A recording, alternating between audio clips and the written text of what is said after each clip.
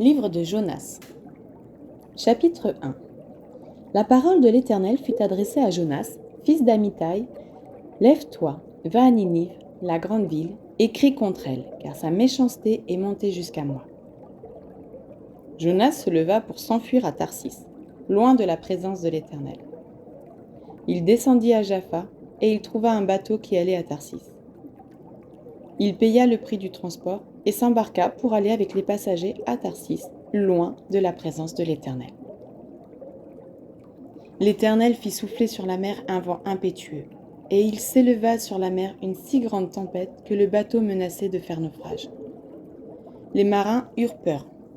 Ils implorèrent chacun leur Dieu, et ils jetèrent dans la mer les objets qui étaient sur le bateau afin de l'alléger. Jonas était descendu au fond du bateau, s'était couché et dormait profondément. Le capitaine s'approcha de lui et lui dit : « Pourquoi dors-tu ? Lève-toi, fais appel à ton Dieu.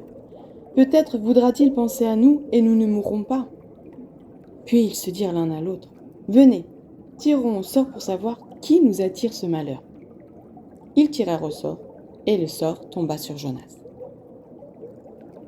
Alors il lui dit : « Dis-nous, qui nous attire ce malheur ? Quelle est ton occupation et d'où viens-tu ? Quel est ton pays et de quel peuple es-tu ? » Il leur répondit : « Je suis hébreu et je crains l'Éternel, le Dieu du ciel, qui a fait la mer et la terre. » Ces hommes furent saisis d'une grande crainte et lui dirent : « Pourquoi tu fais cela ? » Ils surent en effet qu'ils fuyaient loin de la présence de l'Éternel parce qu'il le leur déclara.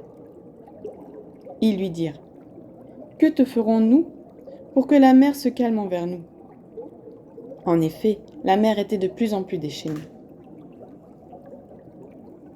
Il leur répondit : « Prenez-moi et jetez-moi dans la mer, et la mer se calmera envers vous, car je sais que c'est moi qui attire sur vous cette grande tempête. »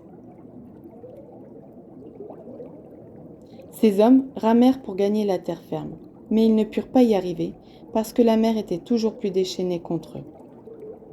Alors, ils s'adressèrent à l'Éternel et dirent : « Éternel, ne nous fais pas mourir à cause de la vie de cet homme et ne nous charge pas du sang innocent. En effet, toi, Éternel, tu fais ce que tu veux. » Puis, ils prirent Jonas et le jetèrent dans la mer, et la fureur de la mer s'apaisa. Ces hommes furent saisis d'une grande crainte de l'Éternel.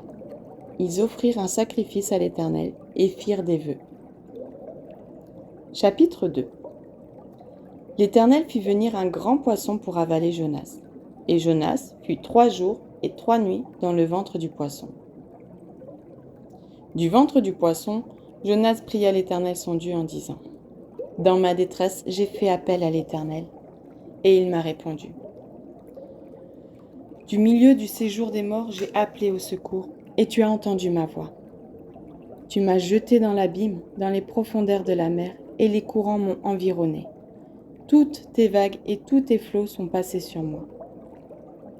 Je disais : je suis chassé loin de ton regard, mais je verrai encore ton saint temple.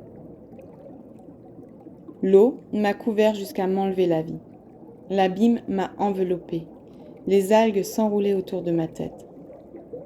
Je suis descendu jusqu'aux racines des montagnes. Les verrous de la terre m'enfermaient pour toujours, mais tu m'as fait remonter vivant du gouffre. Éternel mon Dieu.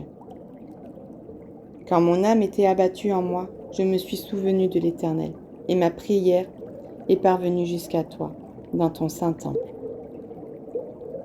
Ceux qui s'attachent à des idoles sans consistance éloignent de la bonté.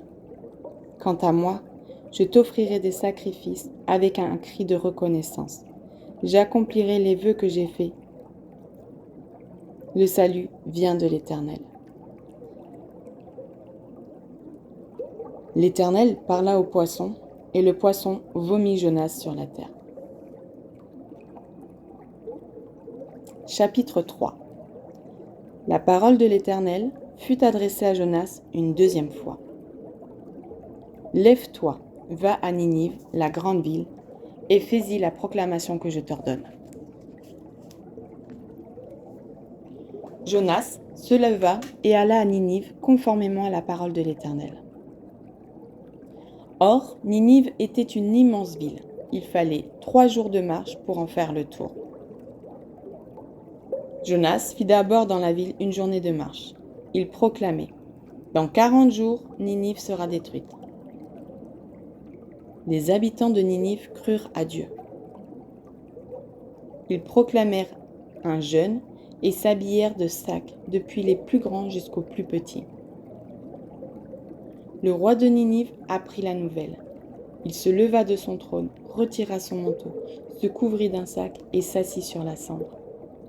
Et il fit faire dans Ninive cette proclamation.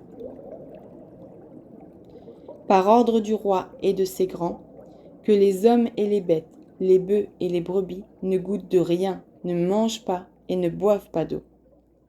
Que les hommes et les bêtes soient couverts de sacs, qu'ils crient à Dieu avec force et qu'ils renoncent tous à leur mauvaise conduite et aux actes de violence dont leurs mains sont coupables. Qui sait si Dieu ne se ravisera pas et ne reviendra pas sur sa décision, s'il ne renoncera pas à son ardente colère, de sorte que nous ne mourions pas ? Dieu vit ce qu'ils faisaient. Il vit qu'ils renonçaient à leur mauvaise conduite. Alors Dieu regretta le mal dont il les avait menacés et ne le fit pas. Chapitre 4. Jonas le prit très mal et fut irrité. Il pria l'Éternel en disant : « Ah, Éternel, n'est-ce pas ce que je disais quand j'étais encore dans mon pays ? C'est ce que je voulais éviter en fuyant à Tarsis. En effet, je savais que tu es un Dieu de grâce et de compassion, lent à la colère et riche en bonté, et qui regrette le mal que tu envoies. Maintenant, Éternel, prends-moi donc la vie, car mourir vaut mieux pour moi que de vivre. » L'Éternel répondit : « Fais-tu du bien de t'irriter ? » Jonas sortit de la ville et s'assit à l'est de la ville. Là, il se fit une cabane et s'y tint à l'ombre en attendant de voir ce qui arriverait dans la ville. L'Éternel Dieu fit pousser une plante qui s'éleva au-dessus de Jonas pour donner de l'ombre à sa tête et le délivrer de son mal. Jonas éprouva une grande joie à cause de cette plante. Mais le lendemain, à l'aurore, Dieu fit venir un ver qui la rongea et la plante sécha. Au lever du soleil, Dieu fit souffler un vent chaud d'est et le soleil frappa la tête de Jonas au point qu'il tomba en défaillance.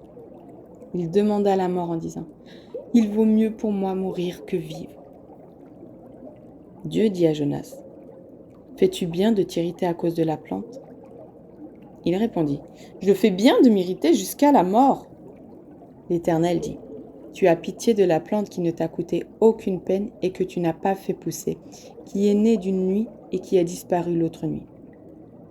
Et moi, je n'aurai pas pitié de Ninive, la grande ville dans laquelle se trouvent plus de 120 000 êtres humains, incapables de distinguer leur droite de leur gauche, et un grand nombre d'animaux ?